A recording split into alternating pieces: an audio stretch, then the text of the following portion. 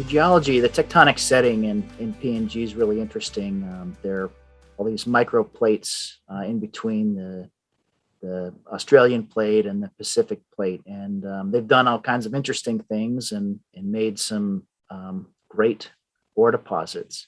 And a lot of these are hosted in the Papuan mountain belt, the fold and thrust belt that goes through the country and forms a spine of the island, really.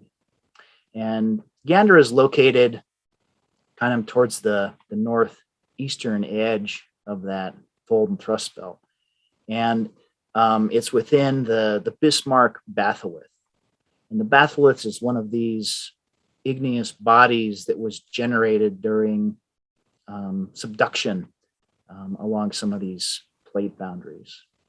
And the related mineralization also is part of that story. But there's a very strong at Yandera northwest trend that shows up in the geology and also in the regional magnetics that is associated with the Ramu fault zone, which trends to the northwest. And it's kind of a major tectonic boundary. The regional aeromag shows those trends really well. You can see a very prominent northwesterly trend just to the northeast of the project area.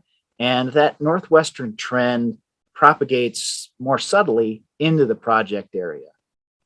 And there's a strong northwest lineament and northwest structural trend in the project area that's likely a reflection of that broader northwest trend connected to the Ramu fault zone. So that black boundary is the exploration license boundary. And the area inside of it is all part of the exploration license for Yandera. So the brighter colors, the white and the red, represent magnetic highs. So features that have a stronger magnetic signature. And in some instances, those are different lithologies. There are some more mafic units. There are some ophiolite complexes that have been brought up along the fault zone. And some of those brighter zones are some of those ophiolite complexes.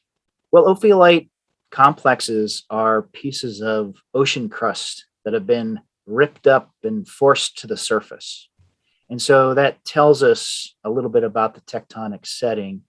And if that's happening, then there are other deeper processes that are driving things like mineralization for porphyry copper systems. But basically, what happens is the crust, oceanic crust commonly, gets forced down. And sometimes as it's getting forced down, slices of it get abducted, they get shoved up. But when that crust goes down, it gets heated up by the mantle below. And that heating of that oceanic crust can drive fluids off of that oceanic crust. And then those fluids melt and interact with the rock above it and will generate big bodies of igneous rock.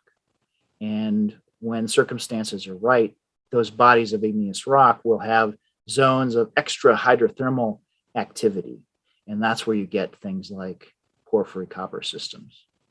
This fold and thrust belt and all these mountainous regions show characteristics that are pretty common for these porphyry systems. And other porphyry systems, big porphyry systems in this belt include things like Octeti and the Wafi-Gopul complex, and even further to the west, things like Grossberg.